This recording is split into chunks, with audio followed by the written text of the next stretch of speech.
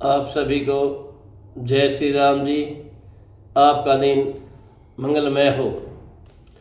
देखिए, जो कल वीडियो बनाई थी हमने, कल कौन सी वीडियो बनाई थी? कल इससे पहले थी उमा द्वारा शंभू के नेत्र मूंद लिए जाने पर अंधकार में शंभू के पसीने से अंधकासुर की उत्पत्ति हुई थी। उसकी थी हिरण्याक्ष की त्रिलोकी की जीतकर पृथ्वी को रसातल में ले जाना, बड़ा रूप धारना। आज जो है हिरण्यकश्यप की तपस्या और ब्रह्मा से वरदान पा करके उसका अत्याचार, नरसिंह द्वारा उसका वध और प्रहलाद को राज्य प्राप्ति। संत कुमार जी कहते हैं, व्यास जी, इधर वराह रूपधारी श्री हरि के द्वारा इस प्रकार भाई के मारे जाने पर हिरण्यकश्यप शोक और क्रोध से संतप्त हो उठा। श्री हरि के साथ वैर करना तो उसे रुचता ही था, अतः उसने संहार प्रेमी वीर असुरों को प्रजा का विनाश करने के लिए आज्ञा दे दी। तब वे संहार प्रिय असुर स्वामी की आज्ञा को सिर चढ़ा करके देवताओं और प्रजाओं का विनाश करने लगे।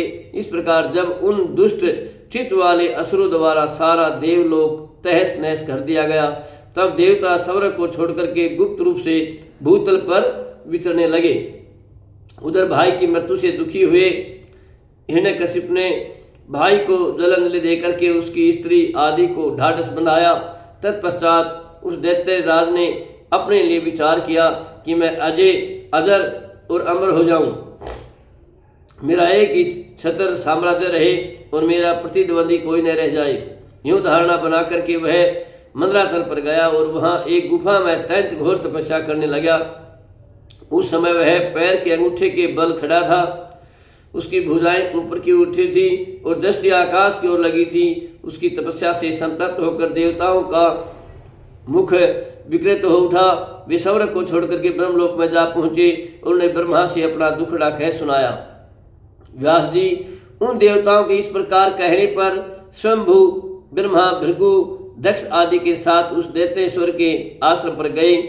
तब जिसने अपने तप से संपूर्ण लोकों को संतप्त कर दिया था, उस हिरण्यकश्यप ने वर देने के लिए आए हुए पद्म योनि ब्रह्मा को अपने सामने उपस्थित देखा। उधर पितामह ने भी उसे कहा, वर मांग। तब जिसकी बुद्धि मोहित नहीं हुई थी, उस असुर ने विधाता की उस मधुर वाणी को सुनकर इस प्रकार कहा। हिरण्यकश्यप बोला, ऐश्वर्यशाली प्रजापति पितामह, मैं चाहता हूं कि स्वर्ग में, भूतल पर, दिन में, रात में, ऊपर अथवा नीचे कहीं भी शस्त्र, अस्त्र, पास, वज्र, शुष्क, वृक्ष, पर्वत, जल, अग्नि के रूप में शत्रु के प्रहार से देवता, दैत्य, मुनि, सिद्ध, किंबहुना आप द्वारा रचे हुए जीवों के हाथों मुझे कभी भी मृत्यु का भय न हो।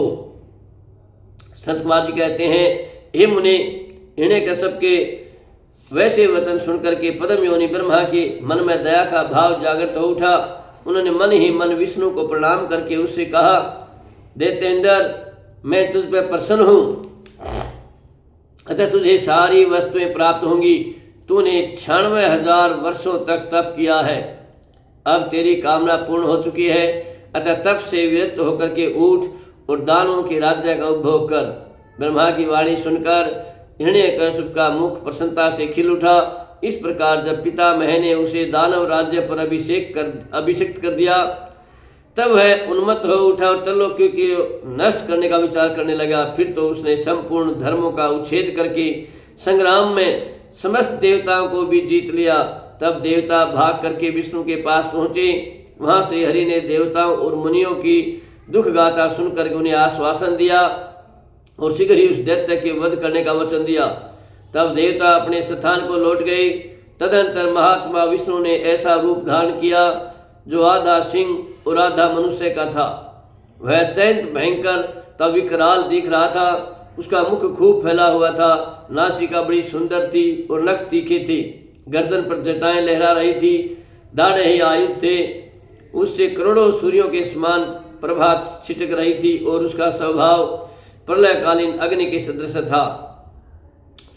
और अधिक कहाँ तक कहा जाए, वह रूप जगन्मय था। इस रूप से भगवान भास्कर के अस्ताचल की शरण लेने पर असुरों की नगरी में प्रविष्ट हुए। उन अतुल प्रभावशाली नरसिंह को देख करके सभी दैत्य एक साथ उन पर टूट पड़े तब उन अद्भुत पराक्रमी नरसिंह ने महाबली दैत्यों के साथ युद्ध करके बहुतों को मार डाला और बहुतों को पकड़कर तोड़ मरोड़ दिया। फिर वे उस नगर में घूमने लगे। तब उन सरव में सिंह का देख करके दैत्यराज के पुत्र प्रहलाद ने राजा से कहा, यह मृगेंद्र तो जगन में दिख रहा है, यह यहाँ किस लिए आया है? प्रहलाद ने पुनः कहा, पिताजी मुझे तो ऐसा प्रतीत हो रहा है कि ये भगवान अनंत हैं, उन नरसिंह का रूप धारण करके आपके नगर में प्रविष्ट हुए हैं, क्योंकि मुझे इनकी मूर्ति बड़ी विकराल दिख रही है। अतः आप युद्ध से हट करके इनकी शरण में जाइए, इनसे बढ़कर त्रिलोकी में दूसरा कोई योद्धा नहीं है, इसलिए आप इन मृगेंद्र के सामने झुक करके अपने राज्य का उपभोग कीजिए।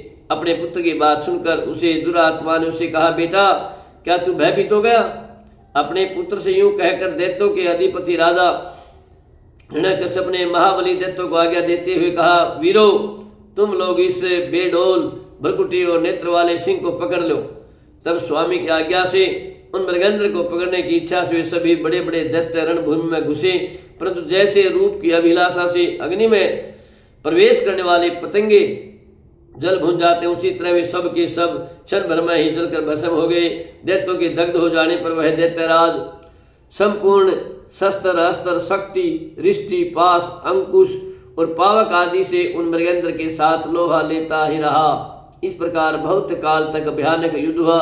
अंत में उन नरसिंह ने वज्र के समान कठोर अपनी अनेकों भुजाओं से उस दैत्य को पकड़ लिया और उसे अपने जानुओं पर लेटा करके दानवों को मर्म की विधेन करने वाले नंग के अंकुरों से उसकी छाती चीर डाली, खून से लथपथ हुई उनके हृदय कमल को निकाल लिया, फिर हो उसी क्षण उसके प्राण पखेरु उड़ गए। तब भगवान नरसिंह ने बारंबार के आघात से जिसके सारे अंग चूर चूर हो गए थे उस काष्ठभूत को दैत्य को छोड़ दिया। उस समय उस देव शत्रु के मारे जाने पर उन्हें बड़ी प्रसन्नता हुई। उसी अवसर पर प्रहलाद ने आकर के उनके चरणों में सिर झुकाया। तब अद्भुत पराक्रमी विष्णु ने प्रहलाद को बुला करके उन्हें दैत्यों के राज्य पर अभिषिक्त कर दिया। स्वयं अतकीर्त गति को प्राप्त हो गए, अर्थात अंतर ध्यान हो गई। तदंतर पितामह आदि समस्त सुरेश्वर परम प्रसन्न हो अपना कार्य सिद्ध करने वाले पूजनीय भगवान विष्णु को उसी दिशा में प्रणाम करके अपने अपने धाम को चले गए। विपरवर प्रसंगवश मैंने रुद्र से अंधक की उत्पत्ति, वरा से हिरण्यकश्यप की मृत्यु, नरसिंह के हाथों उसके भाई का विनाश और प्रहलाद की राज्य प्राप्ति का वर्णन कर दिया है।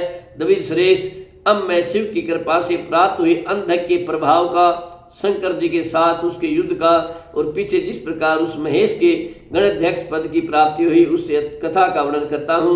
सुनो, वो अगली वीडियो में आएगी। जय श्री राम जी। आप सभी का दिन मंगलमय हो। अच्छी लगी शेयर करें, सब्सक्राइब करें, कमेंट करें।